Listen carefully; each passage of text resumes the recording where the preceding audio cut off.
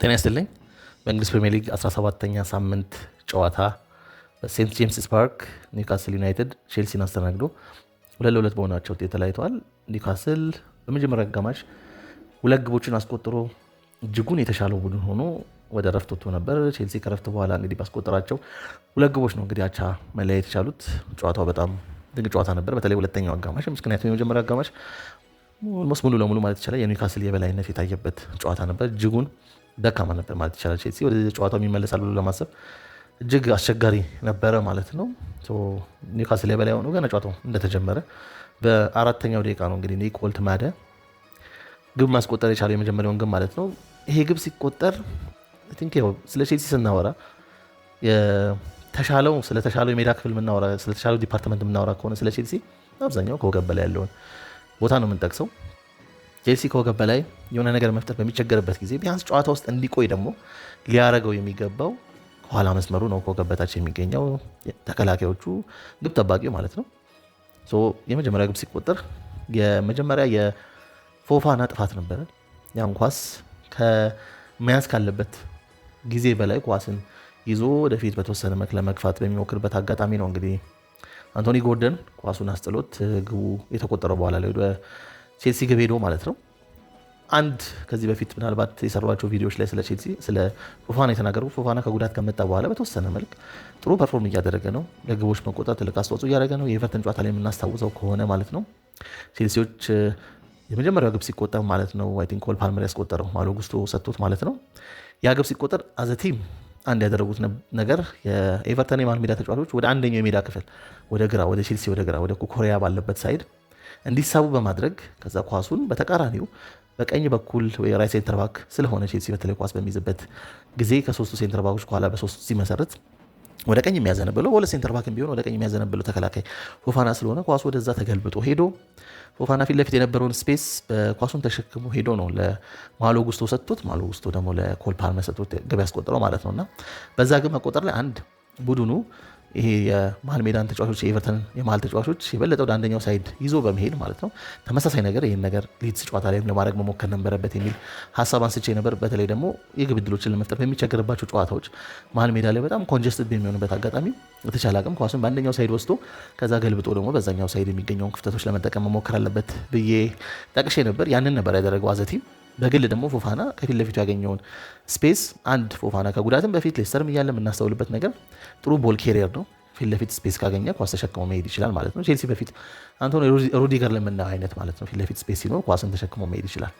ተመሳሳይ ነገር ነው እንግዲህ ፎፋና ያደረገው። ከዛ ግቡ ለማሎ ጉስቶ ካቀበለው በኋላ ማሎ ጉስቶ ለኮል ፓልመር ሰጥቶ ግቡ እንዲቆጠር አድርጓልና ከዚህ ረገድ ቡድኑ በፓስ ፕሮግረስ ማድረግ እየተቸገረ ስለሆነ በተለይ ደግሞ ከሴንተር ባኮቹ የሚነሱ ኳሶች ቼልሲ በፓስ ፕሮግረስ ለማድረግ ከኋላ መስመርና ሀፍ ስፔሶቹ ላይ የሚገኙትን ተጫዋቾች ለማግኘት እነዛን ላይን ብሬኪንግ ፓሶችን ለመስጠት ወሳኙ ተጫዋች የሆነው አሁን በጉዳት ከስብስቡ ጋር የማይገኘው ሌቫይ ኮልዊል ነው ማለት ነው። የቡድኑ ከሴንተር ባኮቹ ጥሩ የሆነ ፓሰር የምንለው ሌቫይ ኮልዊል ነውና በእነዚህ አይነት መልክ በፓስ ፕሮግረስ ማድረግ ሲቸገር ቢ የተሻለው ሌላኛው ፓሰር ከኮልዊል በኋላ ቶሲን ነው። ቶሲን ደግሞ ተደጋጋሚ ስህተቶችን እየሰራ ያለ ተጫዋች ነው። ወደ ላይናፑ ብዙ ጊዜ የተመለከት ነው አይደለም። በዛ በፓስ ፕሮግረስ ማድረግ ካልተቻለ በኬሪ ደግሞ ሌላኛው አማራጭ ነው። በተለይ ደግሞ እንደዚህ ስፔስ በሚገኝበት አጋጣሚ ማለት ነው። በኬሪ ደግሞ ፕሮግረስ በማድረግ ከቼልሲ ስብስብ ውስጥ ፎፋና አንደኛው ሊጠቀስ የሚችል ነው። ያንን አድርጓል ማለት ነው። ነገር ግን እንደዚህ አይነት ጥሩ አስተዋጽኦ ማድረጉ እንዳለ ሆኖ አንድ ስለ ፎፋና በተለይ ደግሞ እንግዲህ በጉዳት በተደጋጋሚ ከጨዋታ ውጭ ሲሆኑ የቆየ ተጫዋች ነው። ኦፍኮርስ ሌስተር የነበረውን የምናቆም ፎፋና እስካሁንም ተመልክተናል ብዬ አላስብም ማለት ነው። አሁንም ፎፋና ጥሩ በሚሆንባቸው አጋጣሚዎች የሆነ ሰዓት ላይ የሆነ ስህተት የሚሰራ አይነት ተጫዋች ነው የሚመስለው ማለት ነው። የሆነ ለአንድ ስህተት የቀረበ አይነት ተጫዋች ነው። በሆነች አጋጣሚ ያን ስህተት ሊሰራ እንደሚችል ነው የሚመስለው እያንዳንዱ እንቅስቃሴው ላይ ማለት ነው። የሆነ እርጋታ ካልምነስ አይታይበትም በተወሰነ መልክ ከኳስ ጋር ያለው እንቅስቃሴ ማለት ነውና ኒውካስሉ በሴንት ጄምስ ፓርኩም ጨዋታ ላይ ማለት ነው ያን ኳስ ቶሎ መልቀቅ አልቻለም። እንደሚታወቀው ኒውካስሎች ደግሞ ጊዜ የሚሰጡ አይደሉም። በተለይ ሴንት ጄምስ ፓርክ ላይ የሚደረጉ ጨዋታዎች ላይ በደጋፊያቸው ታጅበው ጫና ወዲያው ሊፈጥሩ የሚሞክሩ ናቸው እንደሚታወቀው ማለት ነው። ስለዚህ ብዙ ሰዓት ብዙ ጊዜ አይሰጡም ከኳስ ጋር ለተጋጣሚ ቡድን ተጫዋች። ኳሱን ቀምቶ እሱ ይዞት አላስፈላጊ የሆኑ ተጨማሪ ንክኪዎች በሚያደርግበት አጋጣሚ ነው አንቶኒ ጎርደን ያን ኳስ ቀምቶ እንግዲህ ወደ ፊት መስመር ሄዶ ኳሱ ክሮስ የተደረገው ማለት ነው። አንደኛው ስህተት የተፈጠረው ከፎፋና ነው። ሁለተኛው ስህተት ደግሞ የተፈጠረው ማለት ነው ይሄ ኳስ ወደፊት ከሄደ በኋላ ማለት ነው ወደፊት ከሄደ በኋላ በመርፊ አማካኝነት ክሮስ ሲደረግ በፋር ፖስቱ አካባቢ የነበረው ተጫዋች ማለት ነው ያ ማለት በማሎ ጉስቶ በሚገኝበት አቅጣጫ የነበረው ጎርደን ነው አንቶኒ ጎርደን ማለት ነው ያን ሙከራ እንዲያደርገው ድል ያገኘው አንቶኒ ጎርደን ነበረ። አንድ ደግሞ ሌላኛው እዚህ ግብ የዚህ እንቅስቃሴ ለስተት የሰራው ተጫዋች ማሎ ጉስቶ ነው። ማሎ ጉስቶ ኦፍኮርስ የሪሰንት ጨዋታዎች ላይ በተለይ ሴንትራሊ አሁን ለሚጫወትበት ቨርሳቲሊቲው ማለት ሴንትራሊ እየገባ የተወሰነ መሻሻል አሳይቷል። ኦፍኮርስ የማይካደው ነገር ማለት ነው። ማሎ ጉስቶ ነው የበለጠ አፔንዳውን ፉልባክ ነው መሆን ያለበት። ትክክለኛ ቦታውም እንደዛ ነው። ሞር ሴንትራሊ ሲገባና ሞር ኮንጀስትድ ኤሪያ ላይ ሲጫወት ይቸገራል፣ ኳሶች ይበላሹበታል ብዬ አምናለሁ። አሁንም ስቲል እምነቴ እንዳለ ነው። ነገር ግን እነዚህ ከሚገኙ ስፔሶችን የሚያጠቃበት መንገድ ማለት ነው በጣም ድንቅ ሆኖ ነው በአብዛኛው ያስተዋል ነው። ግቦችንም አስቆጥሮ አሲስት ማድረግ እየቻለ ነው የቅርብ ጨዋታዎች ላይ። ግን አንድ ማሎ ጉስቶ ላይ በተደጋጋሚ የምናስተውለው ነገር ይሄ ባክ ፖስት ነገር መከላከል ነው ማለት ነውና በተለይ ደግሞ በሱ ሳይድ ያሉት የሚነሱ ክሮሶች ላይ በሱ ሳይድ ያሉት የመስመር አጥቂዎች ኳሱን እንዳያገኙ ወይ ደግሞ ንጹህ ኳስ እንዳይሞክሩ ማድረግ አለመቻል ነው በተደጋጋሚ የምናስተውለው ነውና ያ ኳስ በአንቶኒ ጎርደን አማካኝነት ሲሞከር እጅግ ደካማ ነው ያስተዋል ነው። ያን ባክ ፖስት መከላከል ያልቻለው ማሎ ጉስቶ ነው ማለት ነው። ያ ኳስ ከተሞከረ በኋላ ግን ኦፍኮርስ ሮበርት ሳንቼዝ ጥሩ ሊባል የሚችል ሴቭ አድርጓል። ያው ኳሱን አልያዘውም። ኳሱ ተመልሶ በሄደበት አጋጣሚ ያው ቻሎባ ኳሱን ክሊር ሊያደርግ አልቻለም፣ ወድቋል ስሊፕ አድርጎ ማለት ነው። በዛ አጋጣሚ ነው ኒክ ዎልትማደ ኳሱን አግኝቶ ያስቆጥረው ማለት ነውና ሞሮለስ የሴንተር ባኮቹ ወይም የኋላ መስመር ተጫዋቾቹ ስህተት ውጤት ነው ማለት ይቻላል። የመጀመሪያው ግን ማለት ነው ከፎፋና ጀምሮ ማሎ ጉስቶ ሌላኛውን፣ ከዛ በኋላ ቻሎባ ደግሞ ያኛውን የመጨረሻውን ኳስ ላይ ስሊፕ በማድረጉ ምክንያት የተፈጠረ አጋጣሚ ነው ማለት ነውና የመጀመሪያው ግን በዚህ መልክ ተቆጥሮ ቼልሲ 1-0 ሊመራ ቻለ። ከዛም በመቀጠል እንግዲህ የበለጠ ኒውካስሎች ጫና ሲፈጥሩ ነበረ ያስተዋል ነው ማለት ነው። ከዛ በኋላ ጫናቸው በርትቶ ነው በ20ኛው ደቂቃ ደግሞ ከአንቶኒ ጎርደን የተሻገረን ክሮስ ማለት ነው ኒክ ዎልትማደ በጥሩ ሁኔታ ኳሱን ሊጨርሰው የቻለው ማለት ነው። እና በብዛት ሲቸገር ነበር ቡድኑ ቼልሲ ያስተዋል ነው ከኒውካስል የሚመጣበትን ጥቃት ማለት ነው። በጨዋታው በመጀመሪያው አጋማሽ ብቻ ኒውካስሎች 6 ቢግ ቻንሶችን መፍጠር ችለዋል። ከአጠቃላይ 7 ሙከራዎች ውስጥ 5 ኦን ታርጌት ነበሩ። ቼልሲ በአጠቃላይ ያደረገው ሙከራ 4 ነበር። በመጀመሪያው አጋማሽ ምንም ኦን ታርጌት ሙከራ አልነበረው፣ ምንም አይነት ቢግ ቻንስ አልፈጠረም ነበር ማለት ነው። የቼልሲ አጠቃላይ ሙከራ በመጀመሪያው አጋማሽ ከኒውካስል ኦን ታርጌት ብቻ ሙከራ የሚያንስ ነበረ ማለት ነው። በብዙ መልኩ ኒውካስሎች የተሻሉ ነበሩ በመጀመሪያው አጋማሽ ከግብ ከማስቆጠር ባለፈ ማለት ነውና አስቸጋሪ ጊዜ ነበር። የመጀመሪያው አጋማሽ እጅግ በጣም አስቸጋሪ ነበር ለቼልሲ ማለት ነውና ከኒውካስል ጋር ደግሞ የሚደረጉ ጨዋታዎች በተለይ ሴንት ጄምስ ፓርክ ላይ አንድ በብዛት የምናስተውለው ኦፍኮርስ የስቴዲየሙ አትሞስፌር በጣም የሚደንቅ ነው። ደጋፊዎቹ ድምጻቸው በጣም አስደናቂ ድጋፍ ነው የምንመለከተው። ከዛ ውጭ ደግሞ ቡድኑ ሞር ፊዚካል ቡድን እንደሆነ እናውቃለን። ያን ፊዚካሊቲ ግምት ውስጥ በመክተት ነው እንግዲህ ሪሲ ጄምስን ሴንትራሊ ከሞይሴስ ካይሴዶ ጋር ሁለተኛው ፒቮት ሆኖ የተመለከትነው እዛ ቦታ ላይ ማለት ነው። ያን ፊዚካሊቲ ለመቋቋም በሚል የበለጠ ዲፌንሲቭ ባላንስ ለመፍጠር የበለጠ ተከላካዩን ደግሞ የበለጠ ለማገዝ ማለት ነው ለማጠናከር በሚል ነው ከካይሴዶ ጎን ሪሲ ጄምስን ሴንትራሊ የተመለከትነው። ያው ሪሲ ጄምስ በአብዛኛው ቅርብ ጊዜያቶች ሴንትራሊ እየተመለከትነው ነው። በጣም ድንቅ ፐርፎርም እያደረገ ነው።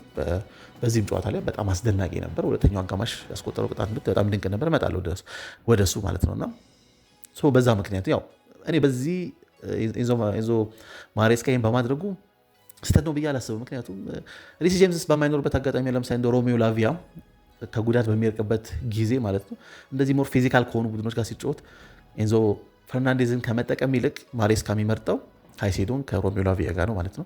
ይህ የበለጠ ፊዚካሊቲ የበለጠ እግር ሌግ ቡድኑ እንዲኖረው የተሻለ ዲፌንሲቭ ባላንስ እንዲኖረው ከማሰብ አንጻር ማለት ነውና አሁን ሮሜዮ ላቪያ የለም ያን አይነት ሮል እንዲጫወት የሚጠበቅ የነበረው ሪሲ ጄምስ ነው እዛ ቦታ ላይ የተሰለፈው። ግን በመጀመሪያ አጋማሽ ቡድኑ ተቸግሮ ነበር። እንደዚህ ላይ ፊዚካል ቡድኖች ስለ ፊዚካል ቡድኖች ስናወራ ማለት ነው አንድ የምንመለከተው ነገር በጉልህ አንድ ለአንድ ተደጋጋሚ ፍልሚያዎች ይኖራሉ። ከኒውካስል ጋር ጨዋታዎች ሲደረጉ ይሄ ዱዌሎች በደንብ ይኖራሉ ማለት ነውና የመጀመሪያውን አጋማሽ ስታት ብንመለከት ማለት ነው አጠቃላይ ከተደረጉት ዱዌሎች ውስጥ ማለት ነው ኒውካስሎች 22ቱን 55% ማሸነፍ ሲችሉ ቼልሲ 18 45% ብቻ ነው ማሸነፍ የቻለው። ከነዛ ውስጥ ደግሞ ግራንድ ዱዌሎች ማለት ነው የመሬት ላይ ዱዌሎችን ኒውካስሎች 13 ሲያሸንፉ ያ ማለት 48% ማለት ነው። ቼልሲ በመጀመሪያው አጋማሽ ግራንድ ዱዌሎች ላይ ይሻል ነበር 14 ዱዌሎችን ወይ 52% ማለት ነው። ኤሪያል ዱዌሎች ነው እንግዲህ ትልቅ ዲፈረንስ የምናስተውለው ማለት ነው። ኒውካስል 9 ወይ ደግሞ 69% ኤሪያል ዱዌል ሲያሸንፍ ቼልሲ 4 ብቻ ነው ወደ 31% ማለት ነው። ስለዚህ የመጀመሪያው አጋማሽ ላይ የነበረው ዱዌሎች የአንድ ለአንድ ፍልሚያው በግልጽ ልዩነት ይታያል። በተለይ ደግሞ የአየር ላይ ኳሶችን ማለት ነው። በሁለተኛው አጋማሽ እዚሁ ላይ ብናነሳው ማለት ነው አንድ ቼልሲ የተሻሻለበት ነገር የአየር ላይ ኳሶች ዱዌሎችን ማሸነፍ መቻሉ ነው። ቼልሲ እንደ 62% ሲያሸንፍ የአየር ላይ ኳሶችን ኒውካስል በሁለተኛው አጋማሽ 38% ብቻ ነው ማለት ነው። ይሄን ያደረገው ለሁለተኛው ግን መቆጠርም አንደኛው ይሄ የአየር ላይ ኳስን ጆዋ ፔድሮ አሸንፎ በጥሩ የመጀመሪያው ኳስ ንክኪ አስደናቂ ነው የተከረው ሳንቼዝ የተሻገረው ኳስ ማለት ነው። ከዛ ግብ ተቆጥሮ ነው ሁለት እንዲሆን ያስቻለውን እድል የተፈጠረው ማለት ነውና ይሄ አንድ ለአንድ ፍልሚያዎች በደንብ የሚስተዋልበት ነው። አይ ቲንክ ስብስቡ ያለውን ለመጠቀም የሞከረው ይሄን ፊዚካሊቲ ለመቋቋም ማለት ነው። ነገር ግን በተለይ በቀደመው ጊዜ ፔፕ ከነ ኒውካስል አይነት ቡድኖች ጋር ሲጫወት አንድ የሚያደርገው ነገር ማለት ነው የበለጠ ለዛ ፊዚካሊቲ ከመፋለም ይልቅ ጨዋታውን ኮንትሮል ለማድረግ እና የሜዳ ውስጥ ያለውን ወይ ደግሞ ያን አትሞስፌር ከደጋፊ የሚመጣውን ሴንት ጄምስ ፓርክ ላይ ጫጫታውን እንዲረግብ የሚያደርገው የኳስ ቁጥጥሩን ከፍ አድርጎ ከ60-70% በላይ በመያዝ ነው ማለት ነው። እነዚህ አይነት የፖሴሽን ሴኩሪቲ የሚሰጥ ስብስብ የለውም ቡድኑ የበለጠ ቼልሲ ማለት ነው። እንደ ሪሲ ጄምስ አይነት ደግሞ የመስመር ተከላካይ ወደ ሴንትራል ስታስገባው የሞሮፍ ለትራንዚሽን ለሚኖረው አጫወት አመቺ ነው የሚሆነው ማለት ነው። ኦፍኮርስ ፊዚካሊቲ ላይ ኮንትሪቢዩት ሊያደርግ ይችላል፣ ግን ያንን የፖሴሽን ሴኩሪቲ ግን ሊሰጥ አይችልም ማለት ነው። ሪሲ ጄምስም ወደፊት ኳስን ሲያገኝ ለመሄድ የሚመርጥም አይነት ተጫዋች ነው። ደንበኛ ሴንትራል ሚድፊልደር አይደለም ወይም የመሃል ሜዳ ተጫዋች አይደለም። ብዙ ጊዜ እንደጠቀስኩት ያው ዊጋንም እያለ እዛ ቦታ ላይ ቢጫወት በዋናነት የሪሲ ጄምስ አይ ቲንክ እሱም ቢጠየቅ የሚመርጠው ቦታ የአፕና ፉልባክ ሆኖ ነው ማለት ነውና ጨዋታው የበለጠ በተለይ ሰከንድ ሃፍ ደግሞ ሞር ኬዮቲክ ነበር፣ በንልስ ነበረው። ኤኒ ቲም ሊያሸንፍ እንደሚችል መናገር ይቻል ነበር እና ጨዋታው የሁለት አጋማሾች ጨዋታ ተብሎ የሚገለጽ አይነት ነው። ግን ይበልጥ ኒውካስሎች የመጀመሪያውን አጋማሽ ሙሉ ለሙሉ የተሻለ ቡድን ነበር። ሁለተኛው አጋማሽ ግን ቼልሲ የተሻለው ነበር፣ ስፔሻሊ ግቡን ሁለተኛ ግብ እስከሚያስቆጥሩ። ከዛ በኋላ ግን የግብ ዕድሎች በሁለቱም ቡድኖች መካከል መፈጠር ችሏል ማለት ነው። ቼልሲ ለአንድ ያስቻለውን ግብ እንዲቆጠር ያደረገው ሪሲ ጄምስ ነው። ከቆመ ኳስ አስደናቂ በሆነ መልኩ ነው እንግዲህ ያን ቅጣት ምት ያስቆጠረው ማለት ነው። በጣም ቼልሲ በዚህ ጨዋታ ላይ ወደ ጨዋታ ይመለሳል እንደ የሚል ጥያቄ እየተነሳ በነበረበት ሰዓት ነው ያን ስፔክታክል ያስመለከተን ሪሲ ጄምስ ማለት ነው። የበለጠ ቼልሲ ተነሳስተው በኋላ ላይ ግብ ማስቆጠር ችሏል። የግብ ዕድሎችም ሲፈጥሩ ተስተውሏል በደንብ ሰከንድ ሃፍ ላይ ማለት ነው። ኒውካስሎችም በተመሳሳይ የግብ ዕድሎችን መፍጠር ችሏል። በቼልሲ በኩል ግን አንደኛው ሌላኛው ደካማ ተጫዋች የነበረው መስመር አጥቂው አሌሃንድሮ ጋርናቾ ነው ማለት ነው። ቼልሲ በዚህ ጨዋታ ላይ ምናልባት ጥሩ የመስመር አጥቂ ቢኖረው ኖሮ ጨዋታ የማሸነፍ እድል ነበረው ብዬ አስባለሁ። አሌሃንድሮ ጋርናቾ አሁንም ድረስ ውሳኔዎቹ እጅግ መሻሻል ይኖርባቸዋል ብዬ አስባለሁ። መምታት ያለበት ሰዓት ላይ መታም ወይ ደግሞ ክሮስ ማድረግ ባለበት ሰዓት ወይ ክሮስ አያደርግም፣ በተቃራኒ ነው የሚያደርጋቸው ማለት ነው። ሜይ ቢ ክሮስ ማድረግ በነበረበት ወይ ደግሞ ለቡድን አጋሮቹ መስጠት ባለበት ሰዓት ይሞክራል፣ ወይ ደግሞ መሞከር ባለበት ሰዓት ደግሞ ለቡድን አጋሮቹ ለመስጠት ይሞክራል ማለት ነው እና እንደዚህ አይነት የውሳኔ ድክመቶች በደንብ አስተውለናል። ስቲል አሁንም አሌሃንድሮ ጋርናቾ በደንብ ፖሊሽ መደረግ አለበት፣ የውሳኔዎቹ ላይ በደንብ ኮች መደረግ ያለበት ተጫዋች ነው እና በዚህ ጨዋታ ላይም ይሄን ነገር በብዛት ተመልክተናል ማለት ነው። እንግዲህ ይሄ ሪክሩትመንቱን ነው ከዚህ አንጻር እኔ ኮስችን የማደርገው። ምክንያቱም እንግዲህ በዛ መስመር የሚጫወተው ተጫዋች አንደኛ የነበረው እንደ ማድዌኬ አይነት ተጫዋች ነው። ኦፍኮርስ ስቴቫኦ በዚህ ጨዋታ ላይ የለም። የቤ ስቴቫኦ ቢኖር አሌሃንድሮ ጋርናቾ ወጥቶ ፔድሮ ኔቶ በዛ በኩል ሆኖ ስቴቫኦ በዛ በተቃራኒ በኩል የሚሆንበት እድል ሊፈጠር ይችል ነበረ። ነገር ግን ፕሪሚየር ሊግ ላይ አንድ 2 ሲዝን ሲጫወት የነበረን ተጫዋች የፕሪሚየር ሊግ ኤክስፒሪየንስ በተወሰነ መልክ የሮ ታለንቱን ሞር ኢምፕሩቭ የሚያደርግበትን እድል ከተሰጠው በኋላ ወደ ሌላ ክለብ እንዲዘዋወር መፍቀድና ድጋሚ ተመሳሳይ ማድዌኬ ሲመጣ በነበረበት ደረጃ የአሮ የሆነ ታለንት ያላቸውን ተጫዋቾች ጊትንስንም አሌሃንድሮ ጋርናቾን ማምጣቱ ነው ጥያቄ የሚፈጥረው። ይሄ ቼልሲ ምናልባት ከሁለት አንዱን ሲሊንግ ዋይዝ ካየነው ሁለቱም ሲሊንጋቸው ከፍተኛ ነው ብዬ አስባለሁ። ከማድዌኬ በላይ ሲሊንጋቸው ከፍ ሊል ይችላል ብዬ አስባለሁ። ነገር ግን ስቲል ሁለቱም ሮ ታለንቶች ናቸው። ከዛ ወደ ኋላ ነው መመለስ የሚሆነው። ማድዌኬ ሲመጣ የነበረው አይነት ሮ ታለንት ላይ አይደለም አሁን ያለው። አሁን የበለጠ ልምድን አካብቷል። ስቲል አሁንም ማሻሻል ያለበት ነገሮች አሉ። ነገር ግን ብዙ ነገሩ እንደተሻሻለ ማስተዋል ይቻላል ማለት ነው። ድጋሚ እንደዚህ ከዜሮ መጀመር ነው የሚሆነው። እንደዚህ አይነት ሮ ታለንቶችን የሆነ ያህል ቆይተው የነበሩ ተጫዋቾችን አስወጥቶ በእነዚህ ሲተካ ማለት ነውና ሪክሩትመንቱን ኮስችን ማድረግ የሚገባው ኦፍኮርስ ጊትንስ ሳይሆን ነው። በዚህ ጨዋታ ላይ ከስብስብ ውጭ ነበረ። ጉዳት እንደሆነም አላቅም፣ ግን እንደዛ ነበረ ማለት ነው። ከሁለት እኩል ከሆኑ በኋላ ግን ያው የግብ ዕድሎች በደንብ ሲፈጠሩ ነበር። ሪሲ ጄምስ በጣም አስደናቂ ነበረ። በመጀመሪያው አጋማሽ በጣም ድንቅ የነበረው ሪሲ ጄምስ ነው፣ ምንም ጥያቄ የለው። ኦፍኮርስ ሮበርት ሳንቼዝም ጥሩ ነው። አብዛኛው በዚህ ሲዝን ጥሩ ሆኖ እየተመለከት ነው። አንዳንድ አጋጣሚዎች ላይ የሚሰራቸው ስህተቶች አሉ። ነገር ግን በአብዛኛው በጣም ጥሩ ሊባል የሚችል ሲዝን ነው እያሳለፈ ያለው። እስካሁን በሊጉ 8 ክሊን ሺቶችን ማስመዝገብ ችሏል ማለት ነው እና በዚህም ጨዋታ ላይ ጥሩ የሚባሉ ሴቮች ማድረግ ችሎ እንደነበር አስተውለናል። የአንቶኒ ጎርደን ኳስ ሲያድን የመጀመሪያውን ግብ ሲቆጠርም በጣም ጥሩ ሴቭ አድርጎ ነበር። ከዛ በኋላ የተገኘች አጋጣሚ አድኖ አስተውለናል። ሁለተኛው ግብ ሲቆጠር ደግሞ አሲስት ማድረግ ችሏል ማለት ነው። በነገራችን በፕሪሚየር ሊግ ቻንሶችን የፈጠረ ብዙ ጊዜ ማለት ነው ከግብ ጠባቂዎች ቀዳሚው ሮበርት ሳንቼዝ ነው። አይ ቲንክ 4 ወይ 5 ቻንሶችን አክቹዋሊ መፍጠር ችሏል ማለት ነው እና በጣም ጥሩ ሊባል የሚችል ሲዝን እያሳለፈ ነው በአብዛኛው ጊዜ ማለት ነው። ከዛ በተረፈ ግን ሪስ ጄምስ በጣም አስደናቂ ነበር። ከግቡ ባልተናነሰ መልኩ የሃርቪ ባርንስን ኳስ ማለት ነው ያዳነበት መንገድ ታክል ማለት ነው በጣም የሚደንቅ ነበረ። በጣም ወሳኝ ታክል ነበር። ከግብ እኩል መጥቀስ የምንችለው አይነት ታክል ነው ማለት ነው። በጣም አስደናቂ ነበር፣ ምንም ጥያቄ ነው። ሪስ ጄምስ ሞይሴስ ካይሴዶ በጣም ጥሩ ነበረ። ጥሩ ኢንተርሰፕተር ነበረ። ከኳስ ጋር በአብዛኛው ጥሩ ሆኖ አስተውለነዋል ማለት ነው። ኮል ፓልመር ጊዜ ይፈልጋል። ጋር ሙሉ ለሙሉ ፊትነሱ ላይ እንዳልተገኘ ማስተዋል ይቻላል። ገና ወደ ፎርሙ እንዳልመጣ በደንብ ማስተዋል ይቻላል ማለት ነው እና ጨዋታው በዚህ መልክ ነው የሄዱት። ከኒውካስል በኩል አንድ መጥቀስ ያለብን እንግዲህ መስመር ተከላካይ ቦታ ላይ ተሰልፎ የነበረው ታዳጊው 19 ዓመቱ ማለት ነው ሉዊስ ማይሊ አሊያንድሮ ጋርናቾን እንግዲህ ከጨዋታ ውጭ ያደረገው ምንም አይነት ነገር እንዳያደርግ ያስቻለው በጣም ድንቅ የሚባል ፐርፎርማንስ ነው ያደረገው ሉዊስ ማይሊ ማለት ነው። እሱን መጥቀስ ያስፈልጋል። ኦፍኮርስ 2 ግብ ያስቆጠረው ኒክ ወልትማደም ሌላኛው ለኒውካስል ጥሩ የነበረው ተጫዋች ነው ብሎ መጥቀስ ይቻላል ማለት ነው። ቼልሲ አይ ቲንክ ምናልባት ከ11 ጨዋታዎች በ10 ጨዋታዎች ላይ ከሁለት ለማዶ ተመርቶ ሁለትና ከዛ በላይ ግብ ተቆጥሮበት ተመርቶ ሳይሸነፍ መውጣት አልቻለም ነበር በ10 ጨዋታዎች ማለት ነውና የሚመስሉትም በመጀመሪያው አጋማሽ ላይ ከተመለከተው ነገር አንጻር ይሄ ነገር የሚቀለበስ አይመስልም ነበረ።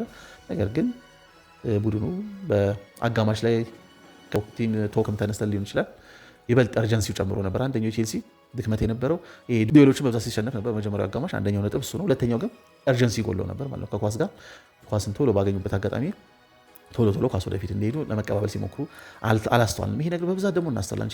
ቼልሲ ኳስ በሚቆጣጠርበት ጊዜ እርጀንሲ ይጎለዋል። ብዙ ጊዜ ሞር ፓሲቭ ሆኖ ነው የምናስተውለው ማለት ነው። በደንብ ፍጥነት ይጎለዋል ማለት ነው እና ይህንን ሰከንድ ሃፍ ላይ ጥረት ጨምሮበት የበለጠ የተሻለ እርጀንሲ ጨምሮበት ግብ አስቆጥረው ቢያንስ ከሽንፈት ድነዋል ማለት ነው። ቼልሲ 2 ነጥብ ጣለ ከማለት ይልቅ 1 ነጥብ አገኘ ብል ይቀለኛል። ምክንያቱም ኦቨሩ 90 ደቂቃውን ከተመለከትን የተሻለ ቡድን ነው ብሎ መናገር የሚቻለው ኒውካስል ነው እና የበለጠ ሊቆጩ የሚችሉት በውጤቱ ኒውካስሎች ናቸው ብዬ አስባለሁ። እናንተስ እንዴት አገኛችሁ ጨዋታውን? እንግዲህ በጣም ጥሩ ጨዋታ ነው። በጣም ድንቅ ጨዋታ ነበር እውነቱን ለመናገር። ቅዳሜ የምሳ ሰዓት ጨዋታን በጥሩ ሁኔታ ነው የጀመረው። በተለይ ገለልተኛ ደግሞ ተመልካች ደግሞ በጣም ጥሩ ነበር ብሎ መናገር ይቻላል። ጨዋታው እንዴት እንዳያችሁት ሀሳባችሁን በኮሜንት መስጫ ላይ አስቀምጡልኝ። ላይክ፣ ሼር፣ ሰብስክራይብ እያደረጋችሁ ስለምታደምጡኝ ከልብ አመሰግናለሁ። መልካም ጊዜ